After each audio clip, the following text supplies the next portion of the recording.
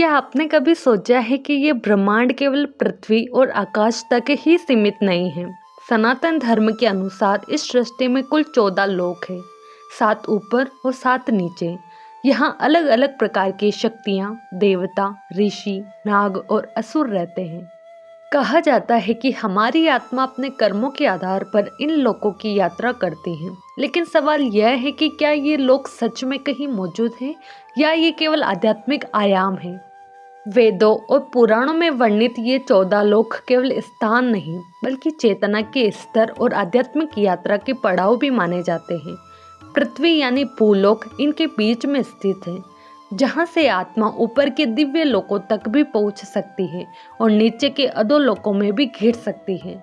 आज की इस वीडियो में हम जानेंगे सनातन धर्म के 14 लोकों का रहस्य, उनके नाम, उनका महत्व और उनसे जुड़ी अद्भुत बातें। लेकिन इन 14 लोकों को समझने के लिए हमें सबसे पहले ये जानना होगा कि आखिर ये लोक होते क्या हैं और इनकी व्यवस्था कैसे बनी है। सनातन धर्म के अनुसार यह ब्रह्मांड केवल वही नहीं है जो हमें आंखों से दिखाई देता है। वेद, पुराण और उपनिषदों में बताया गया है कि सृष्टि में कुल 14 लोक हैं, जिन्हें केवल भौगोलिक स्थान नहीं बल्कि अस्तित्व के अलग अलग आयाम, डायमेंशन और चेतना के स्तर माना जाता है। इन लोकों में आत्मा अपने कर्म, संस्कार और आध्यात्मिक स्थिति के अनुसार जन्म लेती है या वहां पहुंचती है। इसका अर्थ यह है कि किसी लोक में जाना केवल दूरी तय करना नहीं है, बल्कि यह आत्मा की चेतना और उसके कर्मों की अवस्था को दर्शाता है।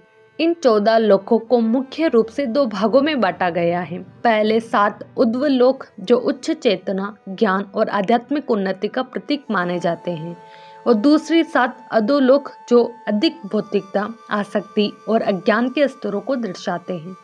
इन सभी लोकों के बीच भूलोक यानी पृथ्वी स्थित है, जिसे कर्म भूमि कहा गया है, क्योंकि यही मनुष्य जन्म लेकर अपने कर्मों के द्वारा ऊपर के उच्च लोकों की ओर भी बढ़ सकता है और गलत कर्मों के कारण अधोलोक की ओर भी घिर सकता है।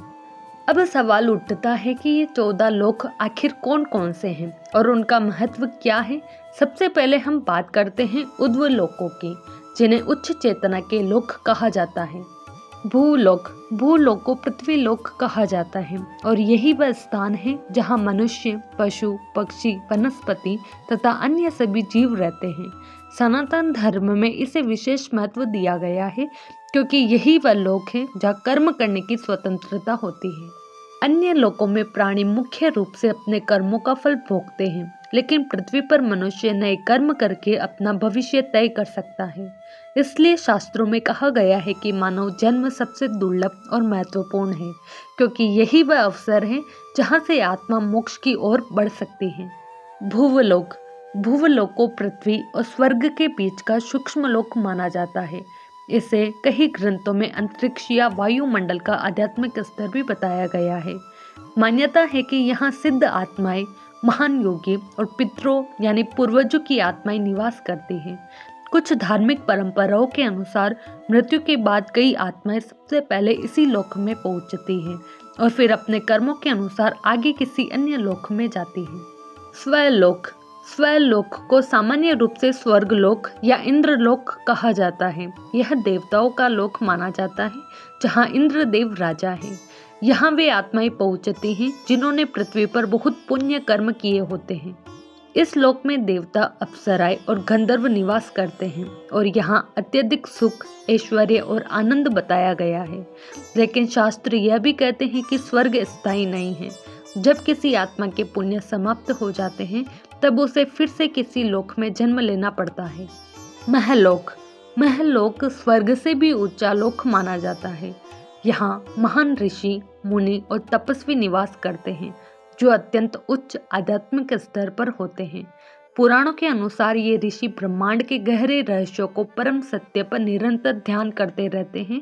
यह भी कहा जाता है कि जब प्रलय का समय आता है और नीचे के लोक प्रभावित होते हैं, तब महलोक के ऋषि उससे भी ऊपर के लोकों की ओर चले जाते हैं। जनलोक को अत्यंत उच्च और दिव्य आध्यात्मिक लोक माना जाता है। मान्यता है कि यहाँ ब्रह्मा जी के मानस पुत्र और महान सिद्ध पुरुष रहते हैं। यह लोक गहन ज्ञान, सृजन शक्ति और आध्यात्मिक ऊर्जा से जुड़ा हुआ है। यहाँ रहने वाली आत्माएं सामान्य नहीं होती, बल्कि वे अत्यंत उच्च चेतना और ज्ञान के स्तर तक पहुंच चुकी होती हैं। तपोलोक। तपोलोक में महान तपस्वी, योगी और ऋषि निवास करते हैं, जिन्होंने कठोर तपस्या और ध्यान के माध्यम से अपनी चेतना को बहुत ऊंचे स्तर पर पहुंचा लिया होता है। इस लोक में रहने वाले महात्मा निरंतर ध्यान और आध्यात्मिक साधना में लीन रहते हैं। उनका जीवन केवल परम सत्य की खोज और आत्मिक उन्नति के लिए समर्पित होता है। सत्यलोक। सत्यलोक को ब्रह्मलोक भी कहा जाता है और इसे 14 लोकों में सबसे उच्च लोक माना जाता है। यह भगवान ब्रह्मा का निवास स्थान बताया गया है और इसे सत्य, ज्ञान तथा परम चेतना का प्रतीक माना जाता है। यहाँ पहुँचने वाली आत्माएं अत्यंत उच्च आध्यात्मिक स्तर प्राप्त कर चुकी होती है। कई ग्रंथों में कहा गया है कि सत्यलोक वह अवस्था है जहाँ से आत्मा मोक्ष के अत्यंत निकट पहुँच जाती है। ये थे 7 उद्वलोक, जिन्हें उच्च चेतना और आध्यात्मिक उन्नति के स्तर माना जाता है। लेकिन सनातन ग्रंथों में केवल ऊपर के लोक ही नहीं बताए गए, बल्कि 7 ऐसे लोक भी हैं जो पृथ्वी से नीचे माने जाते हैं और जिन्हें अधोलोक या पाताल लोक कहा जाता है। अब जानते हैं इन अधोलोकों के बारे में। अतल। अतल अधोलोकों में पहला लोक माना जाता है। पुराणों के अनुसार यहाँ शक्तिशाली असुर और मायावी शक्तियों का निवास होता है। यह लोक अत्यधिक भौतिक सुखों, मोह माया और इंद्रिय भोग से जुड़ा हुआ माना जाता है। शास्त्रों में कहा गया है कि यहाँ रहने वाले जीव भौतिक आनंद में इतने अधिक डूबे रहते हैं कि उन्हें आध्यात्मिक उन्नति की ओर ध्यान देने का अवसर बहुत कम मिलता है। वितल। वितल लोक को अधोलोकों का दूसरा स्तर बताया गया है। यहाँ असुरों और शक्तिशाली जीवों का निवास माना जाता है। कुछ पुराणों में वर्णन मिलता है कि इस लोक में भौतिक ऊर्जा, धन संपत्ति और शक्ति का अत्यधिक प्रभाव होता है। यहाँ रहने वाले जीव अत्यधिक सामर्थ्यवान होते हैं, लेकिन उनकी चेतना अधिकतर भौतिक शक्ति और ऐश्वर्य तक ही सीमित रहती है।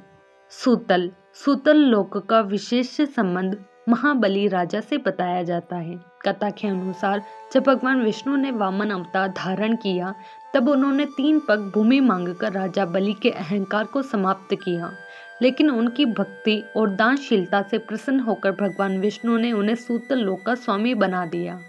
इस कारण सूतल लोक अधोलोकों में होते हुए भी अत्यंत समृद्ध, सुरक्षित और दिव्य माना जाता है। तलातल। तलातल लोक को रहस्यमयी और शक्तिशाली दैत्यों का निवास स्थान माना गया है। यहाँ मायावी शक्तियों और अद्भुत ऊर्जा का प्रभाव बताया जाता है।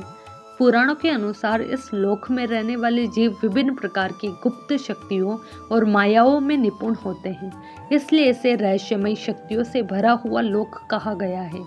महातल।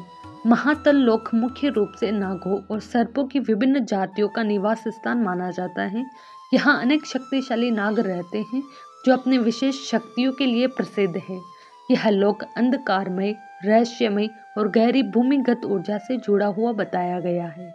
रसातल। रसातल लोक में असुरों और दैत्यों का निवास बताया गया है।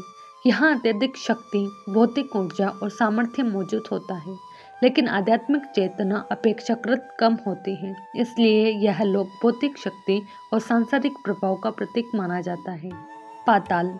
पाताल अधोलोकों में सबसे नीचे का लोक माना जाता है। पुराणों में इसे नागों और असुरों का विशाल और शक्तिशाली राज्य बताया गया है, जहाँ नागराज वासुकी जैसे महान नागों का निवास माना जाता है। कुछ ग्रंथों में यह भी वर्णन मिलता है कि पाताल लोक अत्यंत सुंदर, प्रकाशमान और रत्नों से भरा हुआ है, लेकिन आध्यात्मिक दृष्टि से इसे चेतना के सबसे निचले स्तर का लोक माना जाता है। तो ये थे 7 अधोलोक जिनका वर्णन पुराणों में मिलता है, लेकिन इन 14 लोकों का रहस्य केवल इतना ही नहीं है। कई विद्वान मानते हैं कि ये लोक केवल स्थान नहीं, बल्कि आत्मा की आध्यात्मिक यात्रा के प्रतीक भी है। आध्यात्मिक यात्रा। सनातन धर्म के अनुसार 14 लोक केवल भौतिक स्थान नहीं है, बल्कि आत्मा की आध्यात्मिक यात्रा के विभिन्न चरणों का प्रतीक भी है। इन लोकों के माध्यम से यह समझाया जाता है कि आत्मा धीरे धीरे अज्ञान, मोह और भौतिकता के निचले स्तरों से ऊपर उठकर ज्ञान, सत्य और आध्यात्मिक जागृति की ओर बढ़ती है। जैसे जैसे आत्मा अपने कर्मों और साधना के द्वारा शुद्ध होती जाती है, वह उच्च चेतना के लोकों की ओर अग्रसर होती है और अंततः मोक्ष या परम मुक्ति की अवस्था तक पहुंच सकती है। शरीर में स्थिति। कुछ योग और तंत्र परंपराओं में ये बताया गया है कि 14 लोकों का संबंध मानव शरीर के ऊर्जा केंद्रों से भी हो सकता है। मानव शरीर में रीढ़ की हड्डी के साथ स्थित 7 चक्र ऊंची चेतना और आध्यात्मिक जागृति के स्तरों का प्रतिनिधित्व करते हैं। माना जाता है कि जब साधक ध्यान, योग और साधना के माध्यम से इन चक्रों को जागृत करता है तो उसकी चेतना धीरे धीरे ऊंचे आध्यात्मिक स्तरों की ओर बढ़ती है, जबकि नीचे के स्तर भौतिक ऊर्जा और सांसारिक प्रवृत्तियों से जुड़े माने जाते हैं। आयाम।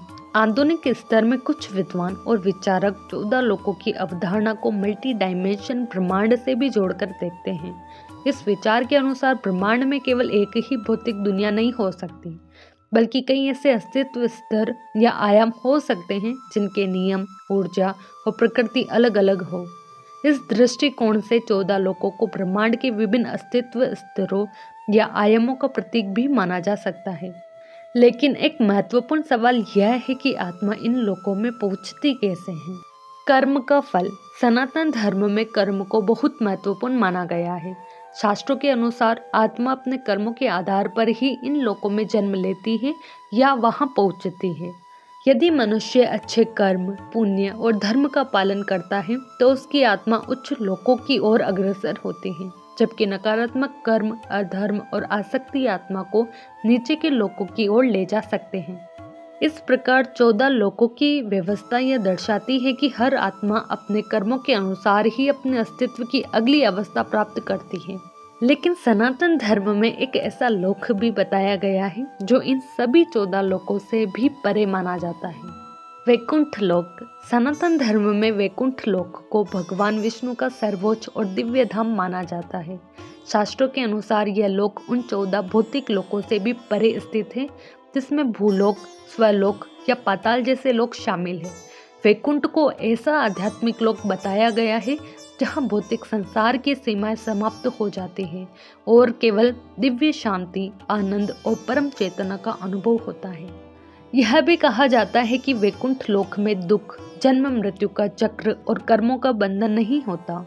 वहां पहुंचने वाली आत्माएं संसार के बंधनों से पूरी तरह मुक्त हो जाती है। जो आत्माएं सच्ची भक्ति, धर्म और आध्यात्मिक साधना के द्वारा मोक्ष प्राप्त कर लेती हैं, वे वैकुंठ लोक में भगवान विष्णु के सानिध्य में अनंत दिव्य आनंद और शांति का अनुभव करती है। यहाँ आत्मा परम शांति और ईश्वर के साथ एक गहरे आध्यात्मिक संबंध में निवास करती है। तो सनातन धर्म की ये 14 लोक हमें केवल ब्रह्मांड की संरचना नहीं बताते, बल्कि यह भी सिखाते हैं कि हमारी आत्मा का भविष्य हमारे कर्मों पर निर्भर करता है। हम चाहे तो अपनी चेतना को ऊंचे लोकों तक पहुंचा सकते हैं और अंततः मोक्ष की ओर बढ़ सकते हैं। अगर आपको यह जानकारी अच्छी लगी हो तो वीडियो को लाइक करें, शेयर करें और हमारे चैनल को सब्सक्राइब करना न भूलें।